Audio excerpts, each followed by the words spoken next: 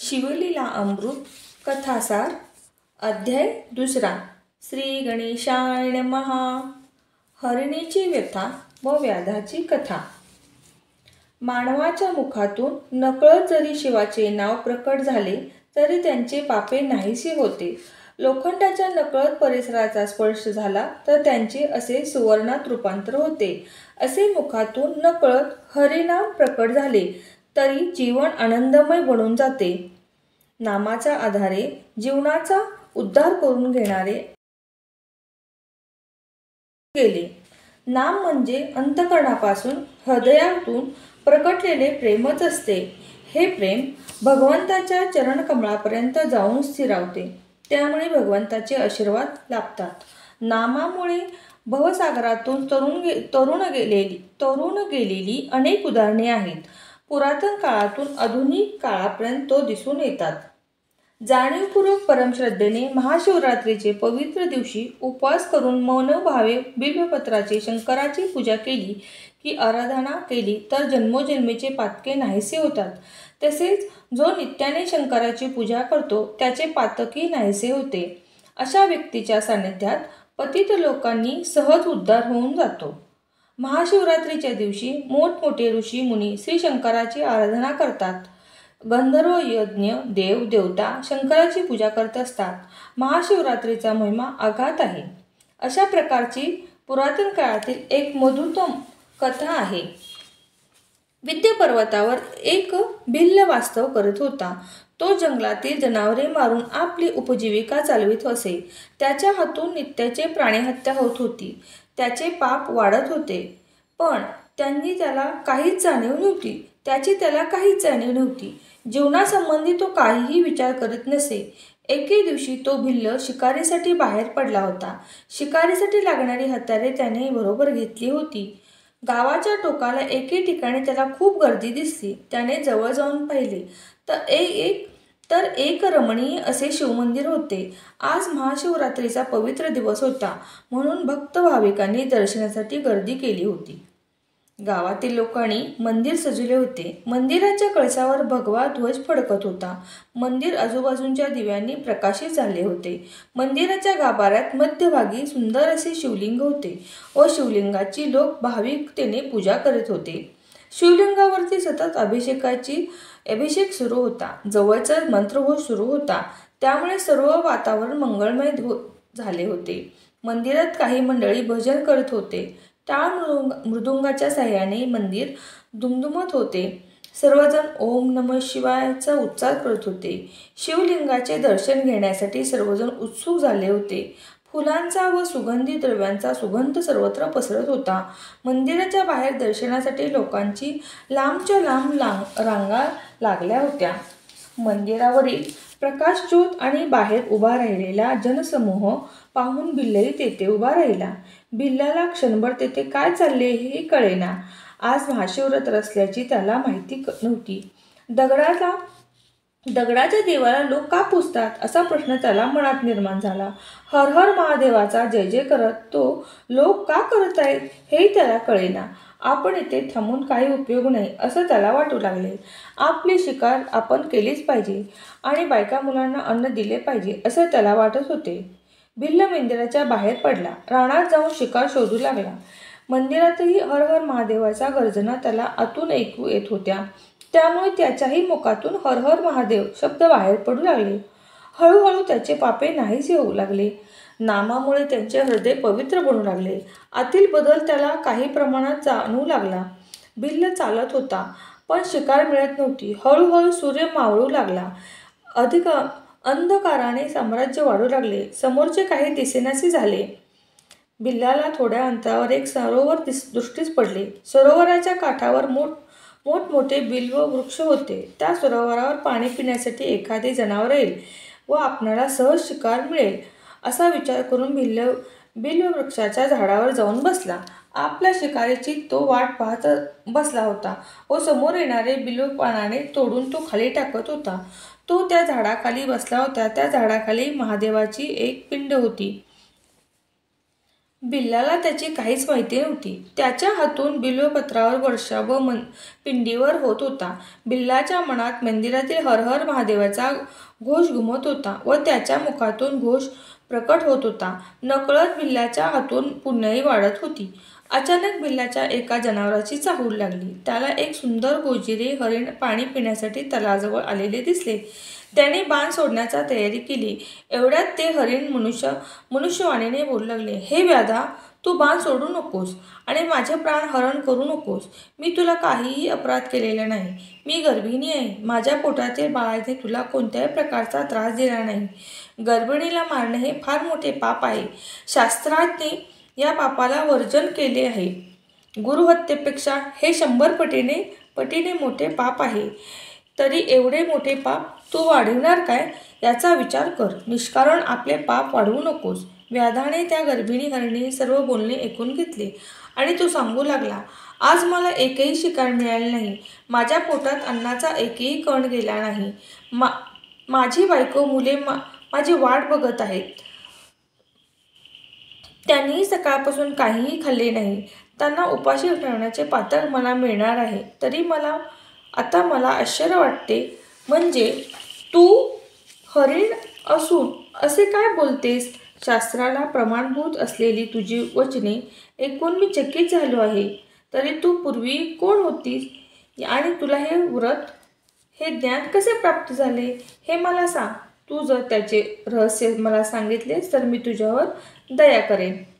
त्यावेळी ती सुंदर दिसणारी हरणी पुन्हा बोलू लागली, हे वेदा, ज्यावेळी समुद्र मंथन झाले त्यावेळी त्यातून देव व दानवांनी जी 14 रत्ने बाहेर काढली त्यातील अनमोल रत्न म्हणजेच मी होय. माझे नाव रंभा होय. सर्वजण माझ्या सौंदर्यावर भुलत होते. मी नृत्य गायनाचे शिकले होते. माझ्या नृत्य गायनावर अनेक लोक मोहित होत होते. त्यामुळे माझ्या सौंदर्याचा मला गर्व झाला होता. मीच एक सौंदर्यवान असे मला वाटत होते. माझ्या दृष्टीने मला जग सामान्य वाटू लागले. पूर्वी मी शंकराची मनोभावाने आराधना करत होते. ज्यावेळी माझ्या कलेचा मला अहंकार झाला त्यावेळी मी शंकराची भक्ती पूर्णपणे विसरून गेले. उपवास आराधना करत होते, पण तेही विसरून गेले. श्री शंकरांची भक्ती सोडून मी हिरण्य नावाच्या राक्षसाबरोबर राहू लागले. तो एके दिवशी शिकारीला गेला होता. देवाचे नाव त्याच्या मुखातून येत नव्हते. कोणीही देवाचे नाव घेतले तर त्याला आवडत नव्हते. त्या दिवशी मला अचानक श्री शंकराचे दर्शन घेण्यासाठी इच्छा झाली. मी कैलास पर्वतावर आले. माझे आगमन तेथे होता शंकराला अतिशय राग आला. त्यावेळी त्यांनी मला शाप दिला, तू मृत्यूलोकात जाऊन हरिणी बनशील. तुझ्या 2 मैत्रिणी देखील हरिणी बनतील. हिरण्य त्या राक्षस देखील हरिण बनेल. आता माझ्यासमोर उभी राहू नकोस, निघून जा. माझ्या वागण्याचा मला फार पश्चाताप झाला. माझी चूक मला कळून आली. माझ्या डोळ्यातून अश्रू वाहू लागले. माझे हातपाय कापू लागले. मी शंकराच्या चरणकमळावरती मस्तक ठेवले. त्यांनी स्तुती गायली. मला उशाप द्या म्हणून मी पुन्हा विनंती करू लागले. माझी करुणामय अवस्था पाहून शंकरांना दया आली. त्यावेळी शंकर म्हणाले, 12 वर्षे हा शाप तुला भोगावा लागणार आहे. 12 वर्षानंतर शापमुक्त झालीस की तुला परत कैलास पर्वतावरती घेऊन येणार. हे व्याधा, अशा प्रकारे श्री शंकराने दिलेल्या शापामुळे माझी हरिणी झाली. आता तर मी गर्भिणी आहे. मला प्रसव वेदना सुरू झाल्या आहेत. तू मला घरी जाण्याची थोडा वेळ परवानगी दे. मी प्रसूत झाले की माझ्या बाळाला माझ्या पतीच्या स्वाधीन करेल आणि तुझ्याकडे परत येईन. त्यावेळी तू मला मारलेस तरी चालेल. व्याधाचे हे गोड बोलणे ऐकून घेतले आणि तो म्हणाला, हे हरणी, तू तर गोड बोलतेस, परंतु तुझ्या बोलण्यावर मी विश्वास कसा ठेवू? एकदा तू तेथून निघून गेलीस तर उद्या पुन्हा येऊ शकणार नाहीस. प्रत्येकाला आपला जीव प्यारा असतो. मृत्यूसाठी कोणी तयार नसते. जर तुला जावायचे असेल तर परत येण्याची शपथ घेऊन तू जावे. हरिणीने थोडा वेळ विचार केला आणि ती म्हणाली, हे व्याधा, मी शपथ घेत आहे. तू काही चिंता करू नकोस. ब्राह्मण कुळात जो जन्म घेतो परंतु तो वेदांचा अभ्यास मनापासून करत नाही, त्याचे आचरण करत नाही व त्याचा प्रसार करत नाही, जो रोज पवित्र स्नान करून संध्या करत नाही, आपणास प्राप्त झालेली विद्या दुसऱ्यावर देताना जो अडवून द्रव्य घेतो, ज्याला ईश्वराचे नामस्मरण आवडत नाही, जो सतत आपल्या प्रपंचात रममाण झालेला असतो. अशा प्रकारच्या अधर्माने वागणाऱ्या गोष्टीतून निर्माण होणारे पाप मलाही लागेल. जो कोणी देश काळ पात्र पाहून दान करावयास तयार झालेला असतो त्याला त्या सात्विक कर्मापासून परावृत्त करतो. आपल्या सद्गुरूंनी सेवा न करता जो त्याची निंदा करत असतो, समाजातील सात्विक सज्जन माणसानेही जो सतत निंदा करतो, जो कोणत्याही प्रकारचे धर्माचे मर्म जाणत नाही, जो कोणाला कधीही खोटे सांगून समाजात सदैव भांडणे वाढवित असतो, अशामुळे जे काही पाप वाढत असते ते सर्व पाप मला लागेल. जो दुसऱ्याच्या हृदयाचे वर्म जाणतो व त्यावरती आघात करतो तो पुढील जन्मी कावळा होतो. दुसऱ्याच्या गायी चोरून आणणारे कमी वर्षे जगतात. जो राजा आपल्या प्रजेचे हित न पाहत कोणत्या तरी कारणाने सारखा प्रजेला छळत असतो, तो पुढील जन्मी वाघ अथवा साप बनत असतो. जो साधूला कोणत्याही प्रकारचा छळ करतो त्याचा वंश हा नाश पावत असतो. घरात लक्ष न देणारे सर्व वस्तू व्यवस्थित असताना सुद्धा ती उत्तम प्रकारे स्वयंपाक करून प्रेमाने पतीला भोजन वाढत असते. भोजन वाढत नाही. व्रत वैकल्य वरवर करावयाची म्हणून करून जी खऱ्या मनाने पतीशी वागत नाही ती स्त्री पुढे जन्मी वटवाघूळ बनत असते. पतीशी अतिशय प्रामाणिक वागणे हा पत्नीचा धर्म आहे. परंतु जी स्त्री पतीची निंदा करते ती पुढील जन्मी दासी बनत असते. तसे जे सेवक आपल्या मालकाची सेवा करत नाहीत आणि उलट मालकाला विश्वासघात करतात त्यांचा पुढील जन्म श्वानाचा प्राप्त होत असतो. तसेच जो मालक आपल्या नोकरांशी चांगला वागत नाही त्याला पुढील जन्मी भीक मागावी लागते. ज्या स्त्रीचा भोजन बनविताना चोरून खातात त्या पुढील जन्मी मांजराच्या जन्माला प्राप्त होत असतात. अतिथीला ज्या मान सन्मान करत नाहीत त्या स्त्रियांना पुढील जन्म संतताची प्रगती प्राप्त होत नाही. जे आई वडिलांना आज्ञा पालन करत नाहीत उलट त्यांचा अपशब्द बोलतात त्यांना पुढील जन्म माकडाचा प्राप्त होत असतो. हे व्याधा, ही अनेक प्रकारची पापे तुला सांगितली आहेत. आता मी जर घरी जाऊन परत आले नाही तर ही सर्व प्रकारची पापे मला लागतील अशी ही शपथ घेते. आता मला घरी परत जाण्याची तूच परवानगी दे. हरिणीचे अंतःकरणापासून घेतलेली शपथ व्याधाला पटली आणि व्याधाने हरिणीला घरी जाण्याची परवानगी दिली. हरिणीला समाधान लाभले. तिने व्याधाला श्री शंकर प्रसन्न होतील असा आशीर्वाद दिला आणि ती घरी निघून गेली. हरिणी निघून गेली. आता व्याधा एकटा झाडावर बसला होता. वेळ जावा म्हणून तो बिल्वपत्रे उजव्या हाताने खोडून खाली टाकत होता. मंदिरातील हर हर महादेव शब्द त्याच्या हृदय रावळात सदैव घुमत होता.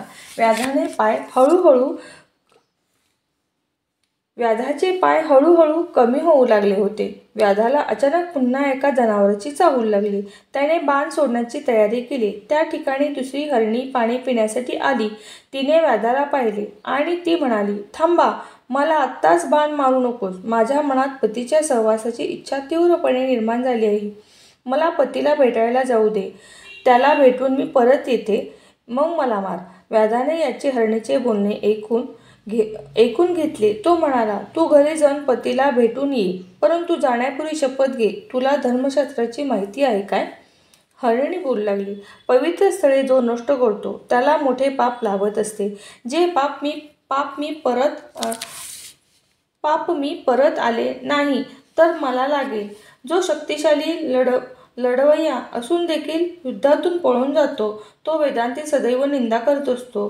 जो पवित्र धर्मग्रंथाची निंदा करतो, ज्याच्या हृदयातून ऋषी मुनी संत महंत त्यांच्याबद्दल द्वेष भरलेला असतो, देवदेवतांबद्दल ज्यांच्या मनात अभद्र भरलेली असते, त्याला मोठे पाप लागत असते. मी जर परत आले नाही तर सर्व पापे मला लागतील. जे पुत्र व पुत्रवधू या सतत छळत असतात, जे पुढील जन्मी कुरूप होत असतात, जे बंधू आपसा सदैव भांडत असतात त्यांना पुढील जन्म माशांचा लाभत असतो.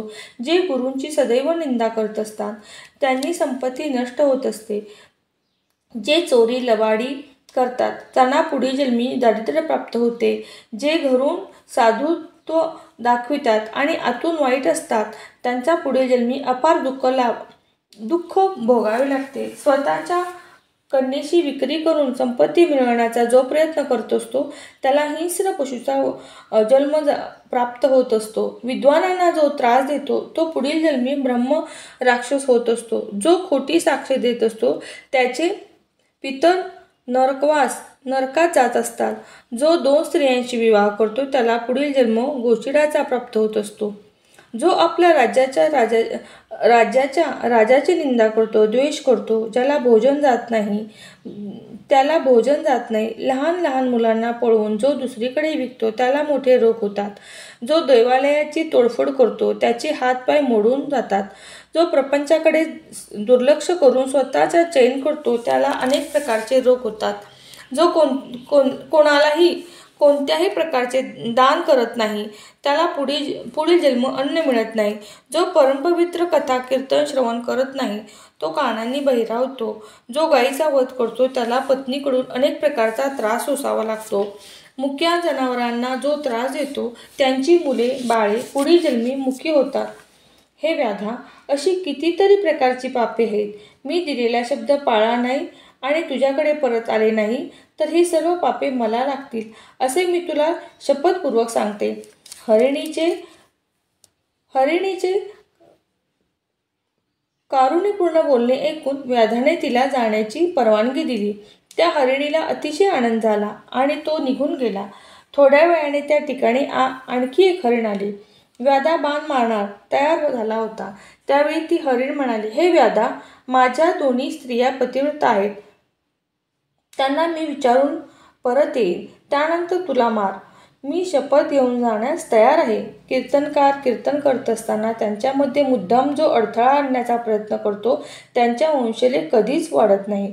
जो भाविक यात्रेला निघालेला असतो त्यांची जो चोरी करतो त्याला अनेक नरकवास भोगावा लागतो. जो देवाच्या मूर्तीची तोडफोड करतो तो अनेक प्रकारचे किडे बनवून जातो. जो आपल्या मित्राला विश्वासघात करतो, त्या आई वडिलांची जन्मदिला त्याची हत्या करतो, गुरूंच्या जीवनात अनेक प्रकारचे संकट निर्माण करतो त्याला अनेक प्रकारच्या यातना भोगावे लागतात. जो शिवाचे भजन कीर्तन ऐकताना कंटाळून जातो, शिवाचे पूजन कधीच करीत नाही, त्याच्या कानांना अनेक प्रकारचे रोग होतात. अशा प्रकारे अनेक प्रकारची पापे मला लागतील. मी परत आलो नाही तर ही सर्व दुःखे मला भोगावी लागतील. माझ्या पतिव्रता पत्नी माझी वाट बघत बसल्या असतील तरी मला आता जाऊ दे, मी निश्चितपूर्वक परत येईल. हरिणीचे बोलणे ऐकून व्याधाच्या मनामध्ये करुणा निर्माण झाली. त्याच्या मुखातून शंकराचे नामघोष सुरू झाला. त्याने त्या हरणाला घरी जाण्यास परवानगी दिली. झाडावर बसून तो हरणाची वाट बघत होता. शिवरात्रीचा पवित्र दिवस होता. व्याधाला पूर्ण उपवास झाला होता. बेलाचे पाने तोडून तो खाली टाकत होता. या सहज घडणाऱ्या कृत्यातून त्याच्या अनंत जन्माचे पाप नाहीसे होऊ लागले होते. बघता बघता रात्र संपली. सूर्यनारायणाचा उजेड पसू लागला. एवढ्याच आणखीन एक हरणे तिथे आली. तिला समोर व्याध दिसला. ती म्हणाली, हे व्याधा, तू मला मारू नकोस. माझी छोटी छोटी पाडसे घरात माझी वाट बघत असतील. ती पाडसे अतिशय लहान आहेत. त्यांना काहीही खाता येत नाही. फक्त ते दूध पितात. मी त्यांना दूध पाजून ताबडतोब परत येईल, त्यानंतर तू मला मार. हे बोलणे ऐकून व्याध म्हणाला, तुला मी तेथून सोडू शकेल, परंतु तू मला येण्याची शपथ घेतली पाहिजेस. हरिणीने शपथ घेण्याची तयारी दर्शवली. ती म्हणाली, जो गावातील लोकांना छळतो त्यांना पुढील जन्मी अनेक रोग होतात. जो ब्राह्मणाच्या घरी चोरी करतो त्यांचे सर्व पूर्वज नरकात जातात. जो आई आणि मुलांमध्ये, पती आणि पत्नीमध्ये भांडण निर्माण करतो, देव ब्राह्मणांना अपमान करतो, त्यांच्याबद्दल अपशब्द बोलतो, त्यांना पुढील जन्मी अनेक प्रकारचे दुःखे भोगावे लागतात. जो चोरी करतो त्यांना अनेक प्रकारचे डोळ्यांचे आजार होतात. जे लोकांचे ग्रंथ चोरून नेत असतो ते मुके असतात. त्यांच्या अंतःकरणात अनेक प्रकारचा गर्व असतो. त्यांच्या रेड्याचा जन्म प्राप्त होत असतो. जो आईवडिलांना छळत असतो त्याचे शरीर लुळे पडत असते. जो नुसता पैसा साठवून ठेवत असतो आणि काहीच खर्च करत नाही तो पुढील जन्मी भुजंग बनतो व दुसऱ्याच्या पैशाचे रक्षण करतो. जो दाराशी आलेल्या भिक्षेकरांना काहीच भिक्षा देत नाही, त्यांच्यावर शंकर रागवत असतो, त्यांची सर्व संपत्ती नाश पावत असतो. भोजनात बसलेल्या माणसाला जो उठवतो त्याला त्याचे प्रायश्चित्त भोगावे लागते. हे व्याधा, मी तुझ्याशी खोटे बोलले आणि परत आले, नाहीतर मी सर्व प्रकारचे पापे मला लागतील, म्हणून मी नक्की परत येईल, हे लक्षात ठेव. हरिणीचे हे बोलणे ऐकून व्याध म्हणाला, तू माझ्या बाळाला दूध पाजू नये, तू तुझ्या बाळाला दूध पाजू नये. त्याचे बोलणे ऐकून हरिणी उड्या मारून निघून गेली. थोड्या वेळानंतर पहिली हरिणी घरी जाऊन प्रसूत झालेली होती. दुसऱ्या हरिणी घरी जाऊन पती सहवास प्राप्त केला होता. तिसऱ्या हरिणी पाडसांना दूध दिले होते. ठरल्याप्रमाणे सर्व हरिणी व्याधाकडे जाण्यास निघाल्या. त्यांच्या बरोबर पाडसे पण आली. मृगराजा म्हणाला, तुला आम्ही शब्द दिला होता, आम्ही शब्दाला जाणलो. आता तू आमची खुशाल शिकार कर, पण प्रारंभी मला बाण मार, माझा प्राण घे. त्यावेळी दुसरी हरिणी म्हणाली, हा तर माझ्या तिघींचा पती आहे, आधी आमचा प्राण घे. पाडसे पुढे येऊन म्हणाले, आईवडिलांना नंतर राहून आम्ही काय करणार? त्यापेक्षा तू आधी आम्हाला मारून टाक. प्रत्येकजण आधी आम्हाला मार असे म्हणू लागले. मृत्यूसाठी होत असलेली चढाओढ पाहून व्याधाला आश्चर्य वाटले. त्याच्या डोळ्यातून अश्रू वाहू लागले. जो झाडावरून खाली उतरला. सर्वांसमोर त्याने हात जोडले आणि तो म्हणाला, खरोखरच तुमच्या दर्शनाने माझे पातक नाहीसे झाले. मी परमपवित्र झालो. प्रपंच खोटा आहे हे मला कळले. आता मला प्रभूच्या चरणकमळांची ओढ लागली आहे. शंकराच्या भेटीशिवाय माझं चैन पडणार नाही. व्याधाचे हृदय कारुण्याचे परमपवित्र झाले होते. शंकराच्या भेटीची त्याला ओढ लागली होती. एवढ्याच आकाशातून वेगवेगळे आवाज ऐकू लागले आणि बघता बघता एक दिव्य विमान जमिनीवर येऊन उतरले. विमानामध्ये शिवगण होते. त्यांचे तेज सर्वत्र पसरले होते. किन्नर वाद्ये वाजवित होते. वृक्ष गाणे गात होते. सर्वांगातील देव सर्वांवर पुष्पवृष्टी करत होते. आता हरणाने रूपही पालटले होते आणि मूळचे रूप प्रकट झाले होते. व्याधाने प्रेम भावनेने सर्वांना दंडवत घातला. शिवशंकराचा जयघोष झाला. व्याधाला उद्धार झाला. त्यालाही दिव्य तेज प्राप्त झाले. त्याला अक्षय स्थान मिळाले. शिवभगवानाने व्याधाला विमानात बसवले. आज सुद्धा अवकाशामध्ये ती हरिणी, एक हरिण आणि एक व्याधाचे चांदणी आपल्या तेजाचे चमचम करीत असल्यामुळे दिसून येतात. आज प्रकारची ही व्याधाची कथा सर्वांनी अंतःकरणापासून श्रवण करावी. महाशिवरात्रीचे व्रत करावे. त्यामुळे जन्मोजन्मीचे पातके नाहीसे होऊन जातात. कवी श्रीधरास शिवनामाचा महिमा गाता आला. अशी ही परमपावना करणारी स्कंद पुराणातील कथा नित्याने ऐकावी. त्यामुळे उत्तम फळ निश्चितपूर्वक प्राप्त होते. अध्याय 2 समाप्त.